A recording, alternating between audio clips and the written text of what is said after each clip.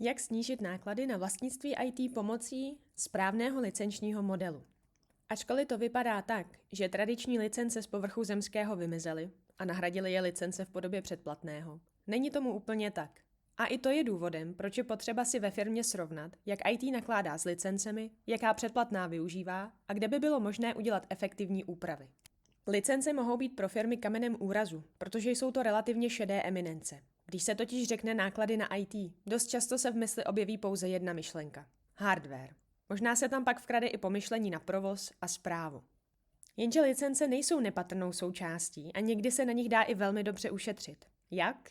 Na to se teď podíváme. Rozebereme si možnosti licencí a jasně nám z toho vyplyne, kde můžete ušetřit. Proč firmy přeplácí, aniž by si to uvědomovali? Zásadním důvodem je nesprávný přístup k financím vynakládaným na IT. Nejde pouze o nějaké nákupy, ale pro správné zhodnocení nákladů je potřeba věnovat pozornost TCO, celkovým nákladům na vlastnictví. Tento postoj pak zahrnuje například pohled na následující oblasti. Vhodně zvolené licenční modely, počet nevyužívaných licencí nebo přeplácení licencí kvůli zbytečným funkcím.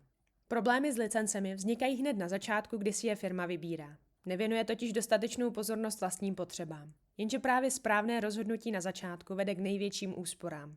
I když by se vám marketing snažil namluvit, že sleva je skutečně výrazná. Co vlastně znamená TCO z pohledu licencí? Tak jako každá jiná věc v IT, ani software se neobejde bez dvou základních prvků. Pořizovací ceny a provozních nákladů. Software je potřeba udržovat, aktualizovat, integrovat, a to čím dál víc, a někdy se také přizpůsobovat jeho dodavateli. Je tedy sice hezké, že se dá v určitou dobu software pořídit se slevou, ale skutečným ukazatelem finanční efektivity jsou dlouhodobé náklady na jeho provoz. Jinými slovy, to, co je dnes nejlevnější na pořízení, může být zítra nejdražší na provoz.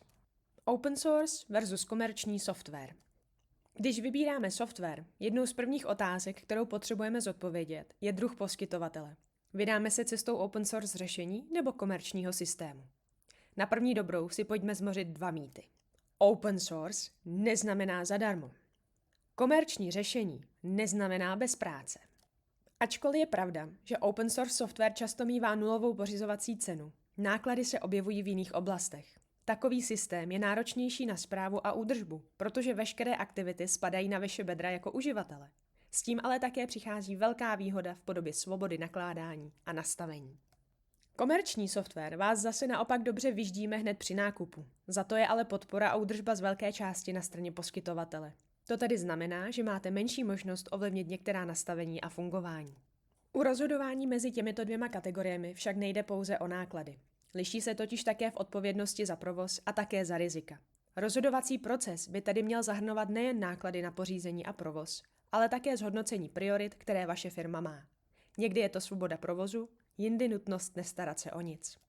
Multilicence, předplatné nebo pay-per-use. Platíte za kapacitu nebo za realitu? Nemusí to totiž být to samé. Multilicence je vlastně nákup licencí pro několik uživatelů nebo zařízení najednou. Předplatné je právo využívat po danou dobu software, při ročním plánu například zvýhodněně. Pay-per-use zajišťuje možnost platit za konkrétní činnost, například při využívání kurzů. Ne každý poskytovatel softwaru bude nabízet takto různorodou škálu možností. Může se ale stát, že stejný software jde od různých poskytovatelů získat v rámci různých druhů licencí. Základem pro rozhodnutí je ale úplně něco jiného než vlastnosti daných druhů licencí. Je to způsob, jakým vaše firma software využívá. Citát 1. Potřebujeme dlouhodobě jen jednu licenci, ale mají multilicenci ve slevě, tak proč ji radši nekoupit? Citát 2. Roční předplatný je teď ve slevě.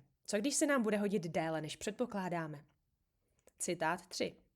Sice to není přesně to, co jsme potřebovali, ale mají pay-per-use. Radši, co když? Není to přesně ono.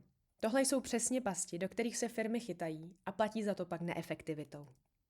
Software jako služba versus trvalé licence. Předplatné řeší problém dnes. Trvalá licence řeší rozpočet za 3 až 5 let. Jenže od trvalých licencí poskytovatelé masivně upouštějí, protože předplatná pro ně znamenají mnohem zajímavější výdělky. Když už se vám ale podaří najít dodavatele, který nabízí licence krátkodobé, dlouhodobé nebo trvalé, jak mezi nimi vybrat? Každá má jiné přínosy. Krátkodobé předplatné vám může pokrýt krátkodobou potřebu nebo například testování nového softwaru, než se pro něco rozhodnete. Omezuje totiž náklady na co nejmenší časový horizont. Jelikož jde o SaaS, péče o provoz systému, kromě vnitřku, který si spravujete sami, je zodpovědností poskytovatele. Dlouhodobé předplatné bývá finančně výhodnější, ale musíte si ho dopředu zaplatit minimálně na rok. Jinak vše ostatní je shodné s předchozí kategorií. Obojí je ale SaaS, takže si jeho využíváním budujete závislost na daném dodavateli. Trvalá licence znamená jednorázovou investici. Vše, co souvisí s nasazením a provozem daného softwaru, je ale na vás.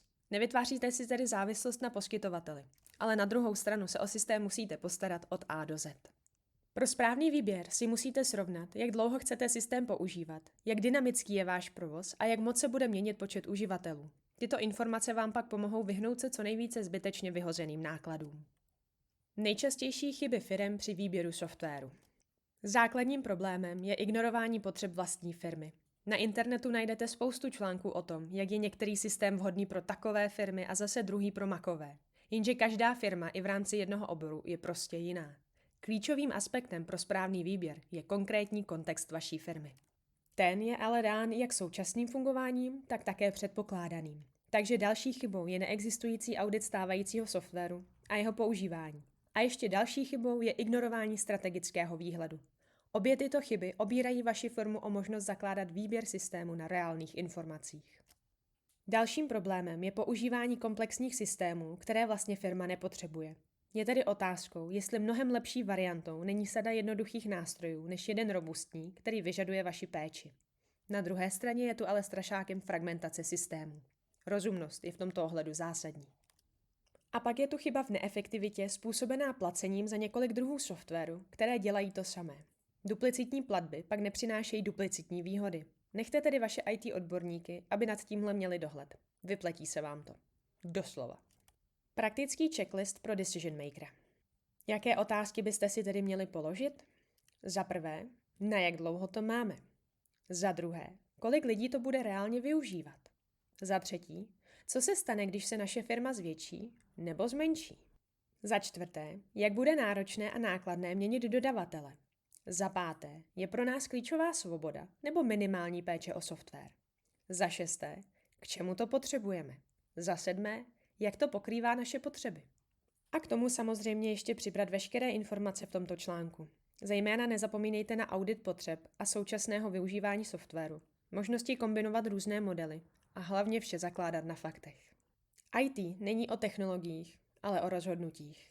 A vaše rozhodnutí by se nyní měla týkat přehodnocení současných systémů a konzultací před následujícími nákupy. Jedině tak můžete zefektivnit náklady na licence. Nenechte vaše firemní IT rozhodnutí v rukou technologií a jejich poskytovatelů. Dělejte je sami.